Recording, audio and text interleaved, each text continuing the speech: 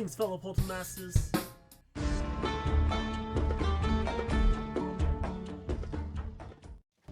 Greetings, fellow Portal Masters. I'm Crash Razzle, and it's once again time to crash Skylanders with another video here on the channel, but it's not a normal video like I normally do. So as you can tell by the video, I'm going to be talking about CTR, aka Crash Team Racing. Unfortunately, not my own team. Don't worry, maybe one of these days. But as someone who has played the original game, I decided to make like a what to expect guide for anyone out there who may be new to the game or is just curious about it. So this is a full guide telling all about the story and everything like that. So if you're trying to avoid spoilers, there's going to be a little part coming up telling you where to skip ahead at the point when we get to it. And you guys can skip ahead and you can avoid all the spoilers. But I'm rambling on, so let's hop right into the main premise of this game. The original CTR was released in October of 1999, making this year its 20th anniversary. Releasing in the original PlayStation, this was the last Crash installment by Naughty Dog, who then sold the rights to the franchise to become a multi-platform character, which also had another racing game released in 2003, but it wasn't as popular as the original. So I never got a chance to play Nitro Kart because unfortunately I was a little late joining the PlayStation 2 era and I haven't happened to see the game since. So if anyone out there has ever played Nitro Kart and would like to make a video on it, let me know, give me a link, and I'll spread it around just like I would with this video. First of all, CTR is a great roster featuring main characters and villains from the 3 games, each of them having their own strengths and weaknesses. Bigger villains like Tiny or Dingledal have karts that reach top speed, but their handling is bad. Purah and Polar have low speed but excellent handling, while Crash and Cortex have an overall good kart. You can also unlock a ton of other characters in the game via cheat codes or doing certain challenges in the story or time trials. The unique thing that makes this game stand out versus other racing series like Mario Kart is the Adverse Adventure mode that features a great and unique story, mixed with a ton of silliness known for the Crash Bandicoot series. The main story goes like this. Nitrous Oxide has appeared on the planet as his plan for the universe domination continues, but, being the nice guy villain that he is, he gives you the chance to save your planet by collecting the first place trophy in every racetrack in the game. If villains only made it that easy in real life. In each of the hub worlds there are 4 main tracks, a CTR token map, and a boss battle. Each main track starts with a simple 8-character race where you have to place first to get a trophy. Gaining all 4 trophies in the area unlocks the boss, which is a famous former villain in the franchise. Ripperoo, Papu Papu, Komodo Joe, and Pinstripe, all leading to the final race with Nitrous Oxide, which I will get to later. So funny enough, if you're a fan of the original Crash Bandicoot games, you may know that there was 2 Komodo brothers. It's not just Komodo Joe, but due to technical limitations, they didn't have the option to have both of the brothers in the game. So here's hoping in the remaster, they'll have both. After defeating a boss race, you'll gain a key that unlocks a new hub world which features new tracks. The one thing you may notice is that each character in the game, boss or not, has a track based on them and themed around how they were introduced in the main games. This counts towards the bosses too, as they have a key track where they have advantages unlike you. Each boss has continuous attack, which can be very annoying for first time players, but beatable once you find the pattern.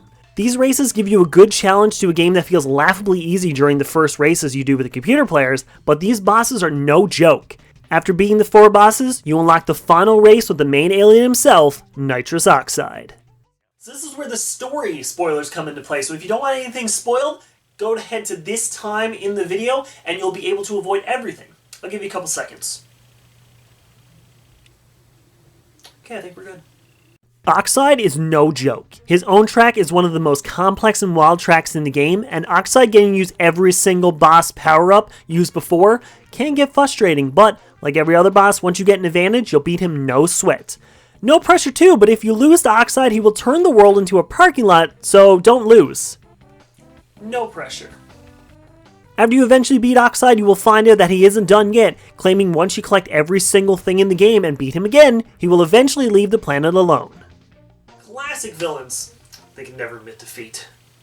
We're at the end game now, folks. Completely optional, but overall, very fun. After beating the boss of every hub world, you get all the tracks reopened with 2 new challenges, a CTR token challenge and a relic race. The relic race is basically a time trial, where a collection of boxes with 1, 2, and 3 written on them can be broken to stop the race clock for the allotted time. These races can be super simple, but some have boxes that are almost impossible to get to that could cost you time to collect them, but worth it once you grab them. Each relic race can get you one of 3 relics, the simple sapphire relic, a gold relic, or a platinum relic for you monsters out there. Your first race shows you how to get the regular relic, but if you play it again, it shows you the time to beat to get the next relic, but they aren't needed unless you're a crazy completionist like one of my favorite YouTubers, Gerard. Hey Gerard, if you're watching, just saying, I know a lot about Skylanders, so if you ever want to do a completionist episode, you can just @ me on Twitter, @CrashRazzle. Just saying, I'm available. The CTR challenge is another basic race, except hidden throughout the world is 3 letters: C, T, and R. Obviously. These letters can be simple and on the path, or you have to go super out of the way to collect one of them and try your best to get back into first, since you have to collect all the letters and still get first place. It's not complicated one bit.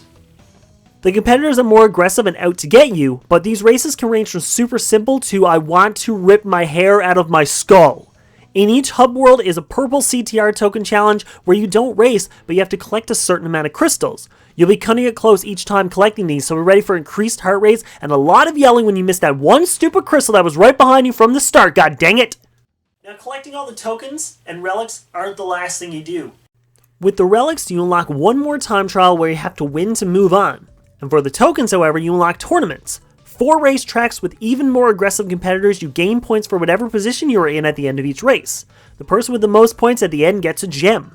Earning all 5 gems will get you the last track, which after beating that, you'll get to race Oxide for one last time in the hardest, yet easiest race in the game. Once you eventually pass Oxide in the race, you basically win, as he usually never catches up. After you beat him, he flies off super upset and officially retires from racing altogether.